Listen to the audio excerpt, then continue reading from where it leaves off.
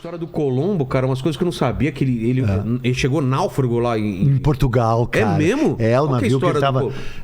Você gostou dessa... Não gostei dessa capa. Não, mas você gostou dessa série da Prime, que tá o Santoro lá, sobre a Magalhães lá? Tem falhas horríveis. É mesmo? Tem coisas imperdoáveis, Tipo, assim, por exemplo, um dos principais personagens daquela história... Só vou dar um resumo, assim, pra ver se tá certo. O carinha, ele tentou ir pra Portugal, os caras não cagaram pra ele foi pra Espanha, e Espanha deu dinheiro pra ele ir. Isso. E depois foi atacado no... Isso já começa mal. Porque, não, vamos começar assim. A série se chama Sem Limites. Isso. É sobre a viagem, primeira viagem de circunnavegação, primeira viagem em torno da Terra.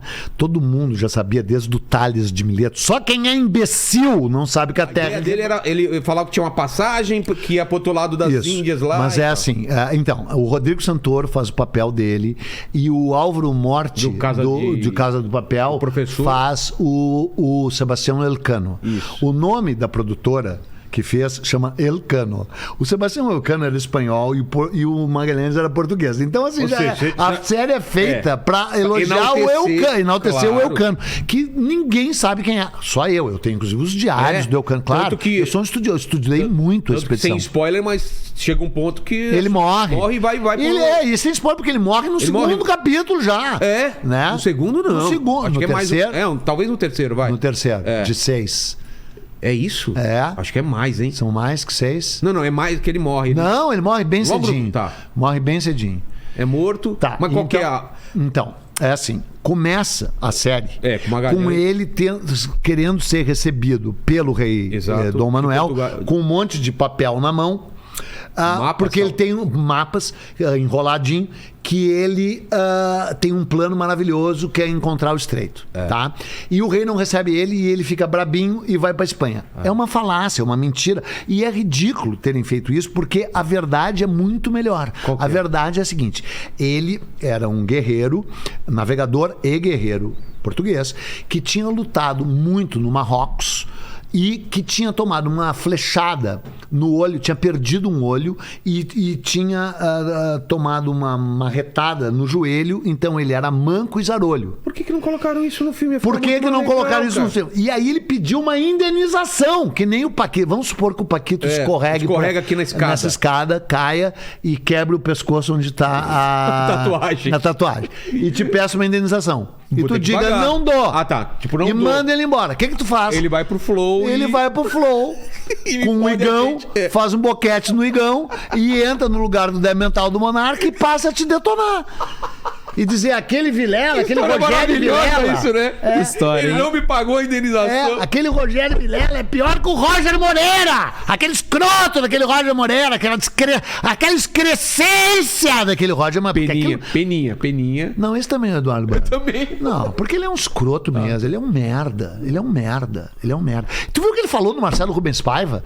O meu pai não sofreu nada porque não estava fazendo merda durante a ditadura. Não sei se teu pai tá vivo. Pode fazer o corte. Não sei se teu pai tá vivo, Roger Moreira, mas tomara que o teu pai morra, que nem morreu. E morto, sim, porque o pai do Marcelo Rubens... Pode pôr, porque o pai do Marcelo Rubens Paiva foi preso e morto pela ditadura.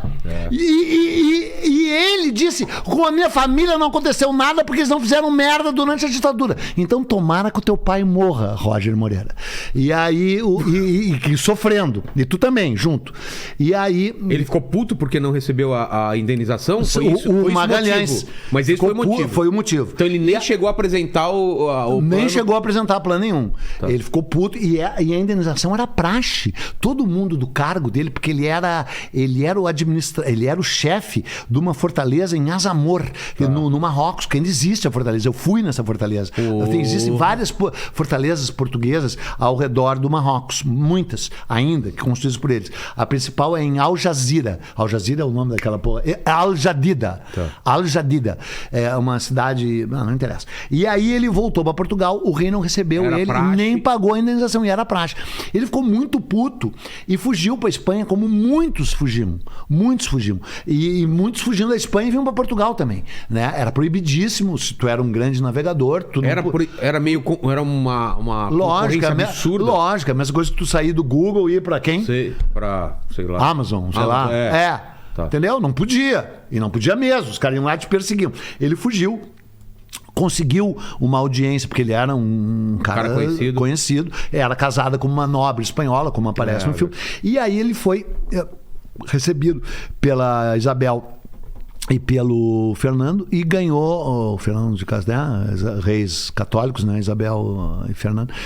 E aí ganhou o dinheiro para tentar descobrir essa rota. Só que presta atenção, cara. Presta atenção. Tu consegue prestar atenção? Consigo. Isso é 1519. Agora a gente vai voltar para 1511, quando uma expedição veio ao Brasil em busca de pau-brasil. Certo. Essa expedição era feita por uma nau, só uma nau, chamada Bretoa. Bretoa é porque ela tinha sido feita na Bretanha, do lado da Normandia. Ela era portuguesa, mas ela tinha sido construída no coisa. E essa nau veio para o Brasil em busca de pau-brasil no Cabo Frio, tá? E milagrosamente, tá prestando atenção? Tô.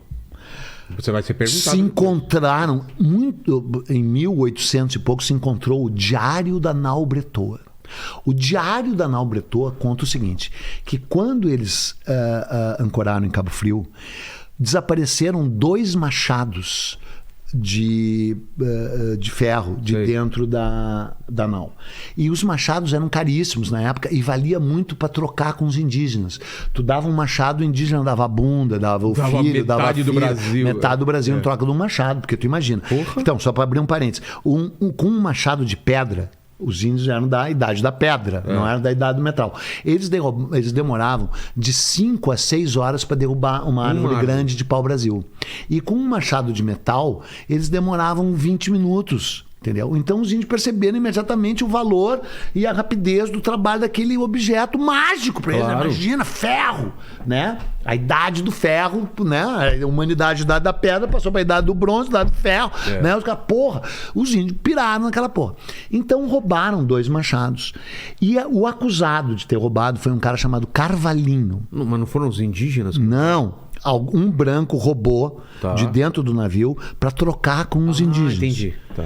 Só que daí o feitor deu conta do desaparecimento de 2 coisas. E foi acusado um cara que era piloto, chamado Carvalhinho, dele ter sido ladrão. Só que não tinha sido ele. E a pena dele foi ficar exilado. Ele foi degradado. Nem voltou para Portugal, só que ele foi degradado, sabe onde? No Rio de Janeiro.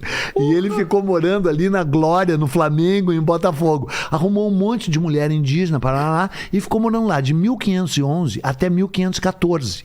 Só que ele estava com tanto ódio dos caras que tinham degradado ele ali, porque era injusto, não tinha sido ele que roubou, que quando passou uma expedição espanhola, ele conseguiu carona e voltou para Espanha. Ele não ia voltar para Portugal, porque em Portugal ainda era um criminoso. Persona non grata. Exatamente.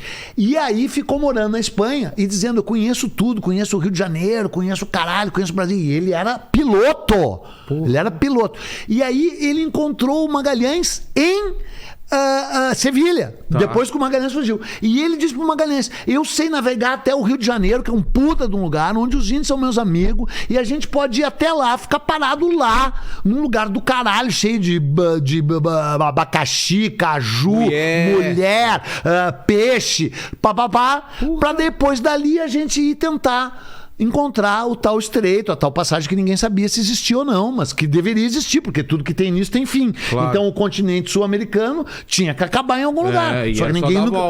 Só que ninguém nunca tinha chegado até o fim. E o Magalhães topou. E aí eles vêm direto pro Rio de Janeiro. Eles saem de Sevilha com esse cara guiando e eles chegam no Rio de Janeiro no Natal. É isso que eu quero dizer, não tá! Mas, cara, peraí, agora não, vai ficar muito melhor ainda. Daí ele chega no Rio de Janeiro no dia de Natal de 1519.